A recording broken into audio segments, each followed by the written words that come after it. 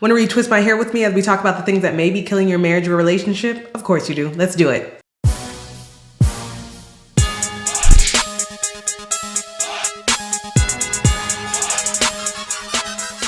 Hey guys, this is HOPEsaidit back with another HOPEsaidit Uncut video for you guys. You know, I'm in my bathroom. There's no, pretty setup. My face is looking a mess. My clothes are looking like homey, and that's because it's hair day. So I am going to retwist my hair. My latest blog post is about the 20 things that could be killing your relationship or marriage. So as I retwist my hair, I'll be talking about that. Don't worry, I'm not going over all 20. I'm just going to talk about some certain ones that may stand out as you read the blog post.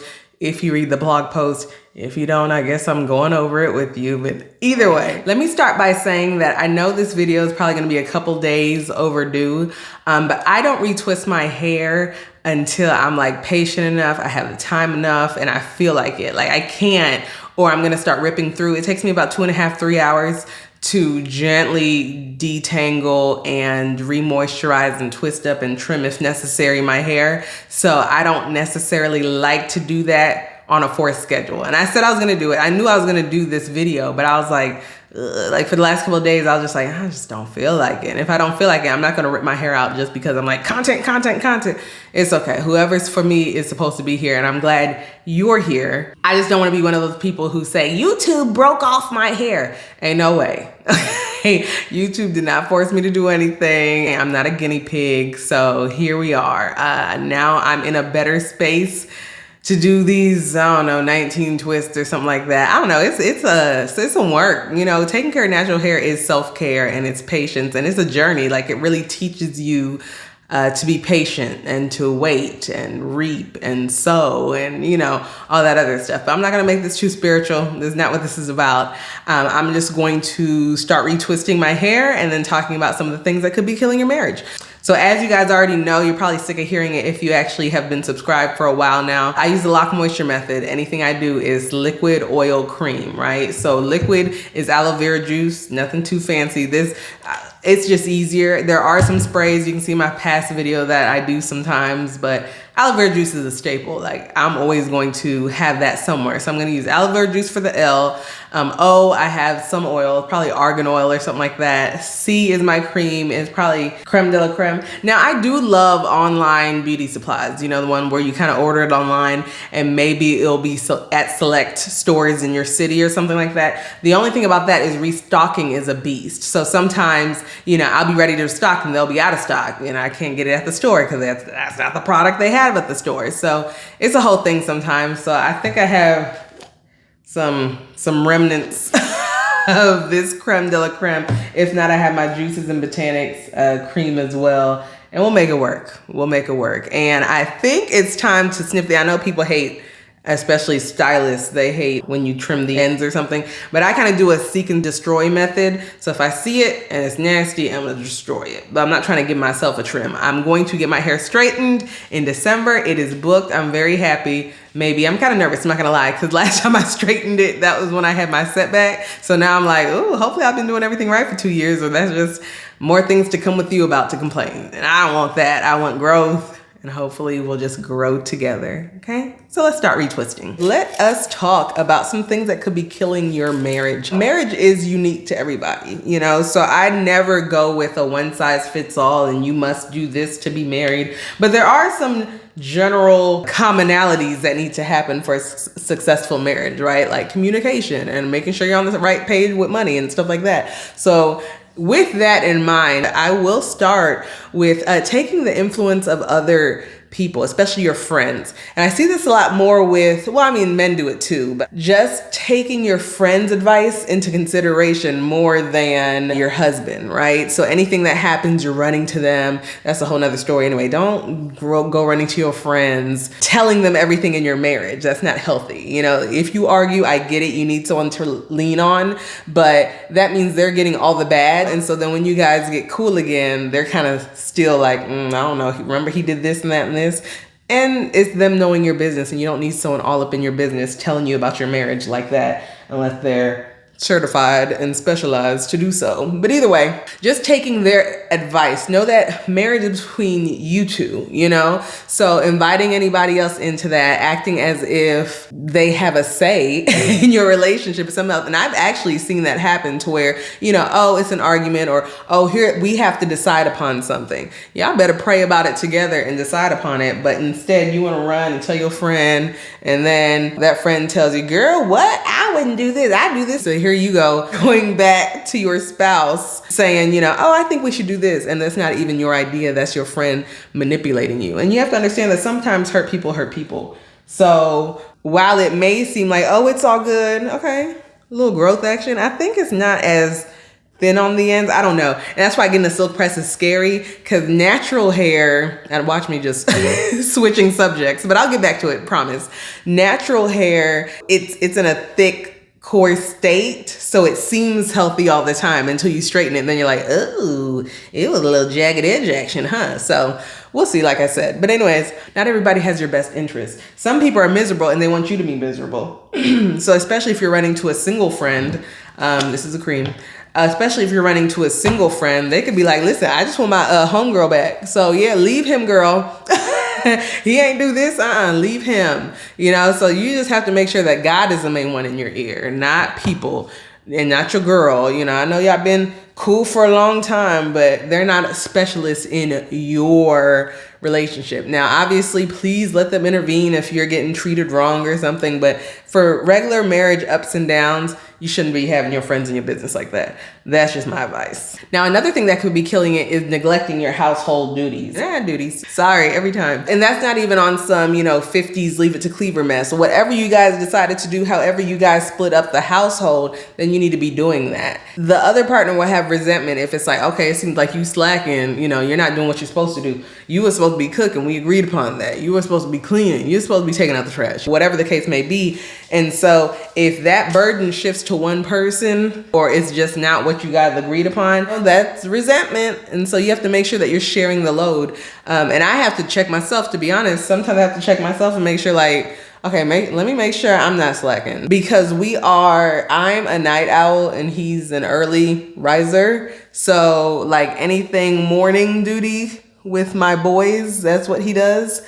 And then at night, I'm kind of like the night person. So it works out, but if morning duties become a lot, then maybe I'll use my nighttime to be like, okay, well, don't pack the lunches in the morning. I can pack the lunches at night. And that's actually what we're doing. This is a real life example here. But that's exactly what we're doing to kind of make sure that his morning isn't crazy and that I'm not slacking in that area as well. So just make sure that you're sharing the responsibility. And also on that note, make sure that you are showing appreciation to each other, because that goes a long way, especially when you've been married for a while. I think it's easy to kind of fall into your roles and you're just like, whatever. And so the other person, even though they're doing what they're supposed to be doing, that's what y'all agreed upon, you're not thankful.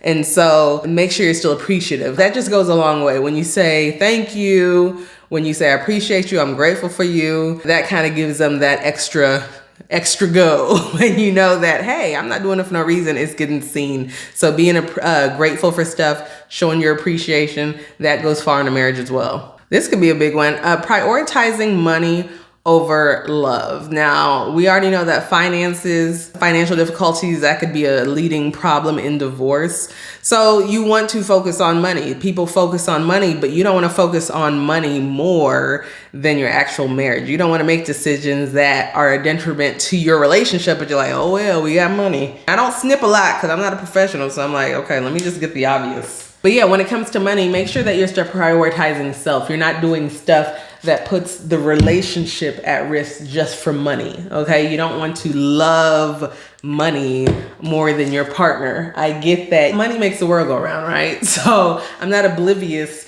to think that, oh, you don't need money, don't worry about it, you just need love. No, heck no. You need more than just love, but love should trump your finances. Don't idolize money is basically what I'm saying. And I'll give a couple more before I wrap it up, but unrealistic expectations, that's a big thing as well.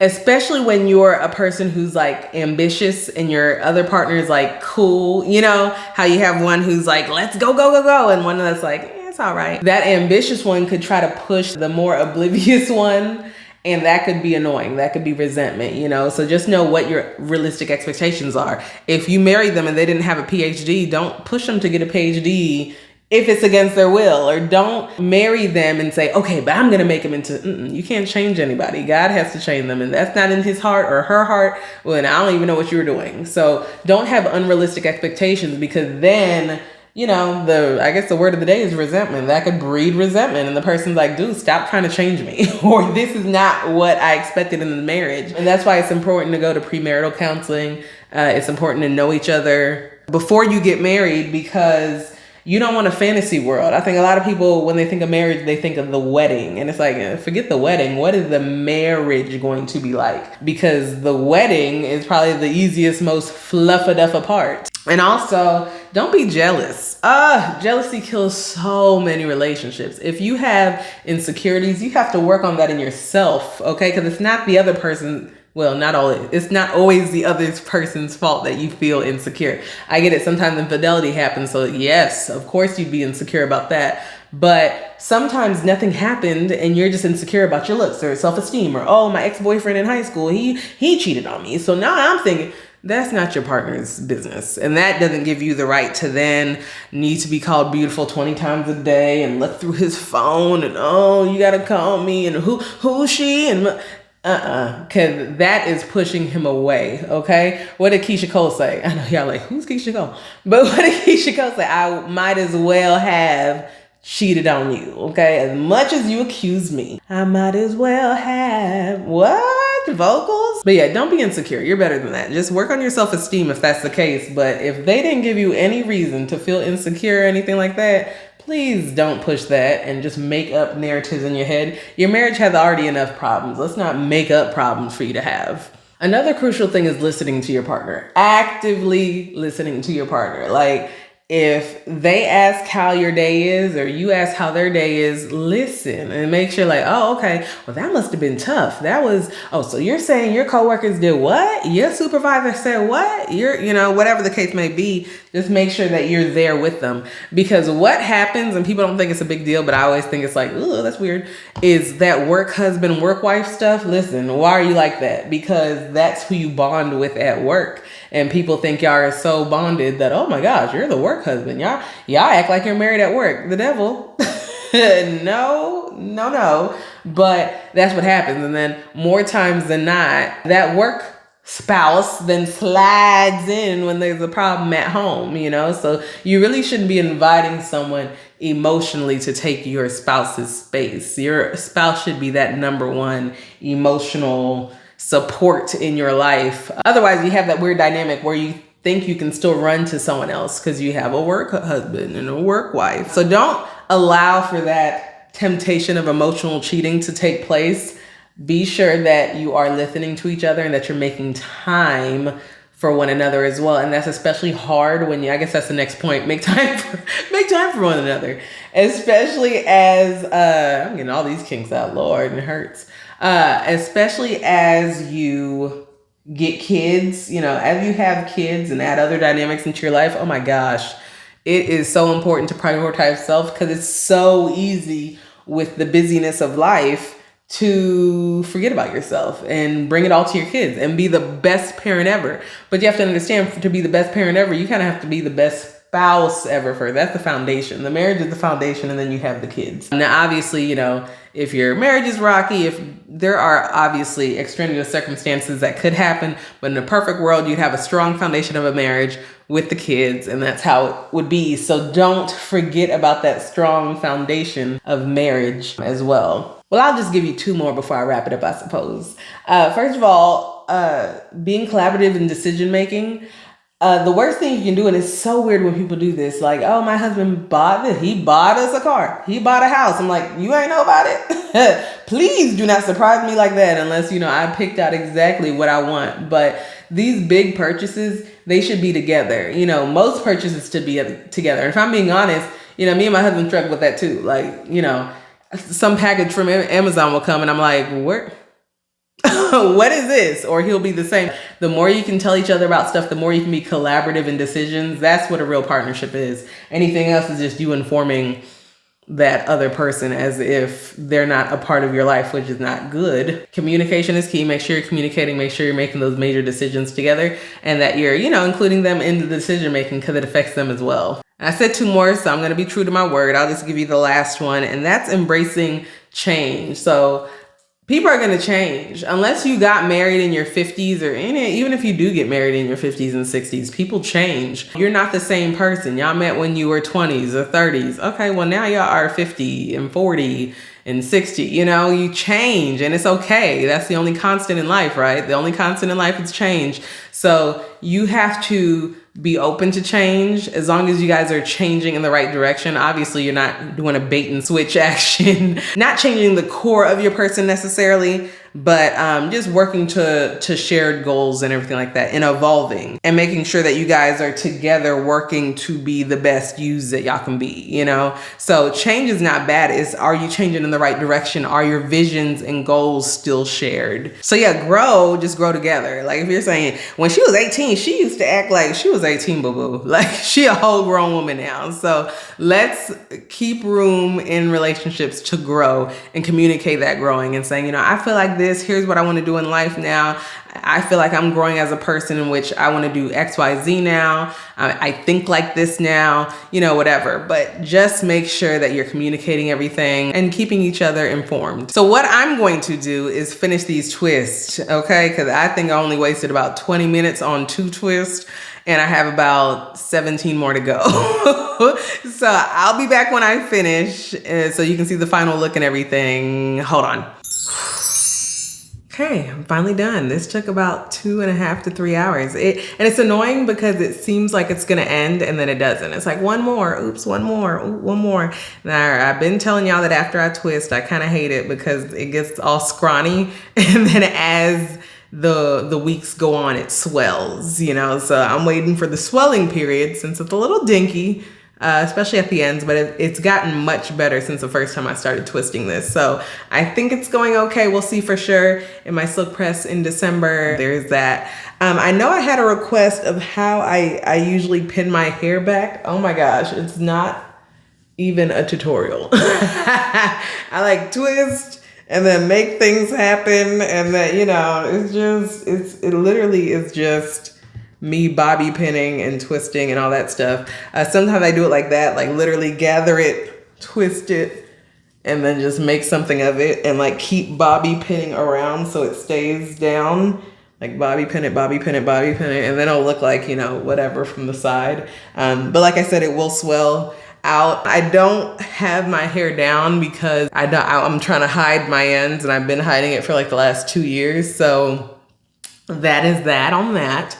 And when I'm done, I usually add more oils to it, to the ends. I'm just glad it's done. I really am, because it's been like 4 or more weeks in the making. I know. You're probably like, ew. Okay, well. Be sure to subscribe, guys, if you're not subscribed. There's a lot of people that watch the video because I have the analytics for it, but then they don't subscribe. So I'm like, oh, okay, that's kind of whack. But at the end of the day, as long as I'm reaching somebody, that's really what matters. Also, follow me at HOPEsaidit on either TikTok, Instagram, Facebook, Threads, whatever, at HOPEsaidit, just like I'm at HOPEsaidit on YouTube. Be sure to leave in the comments how you retwist, what you think about the killers of marriage, anything like that, and we'll talk there. See you later. Bye. Let me just get the laggards, and then the professional can do the rest.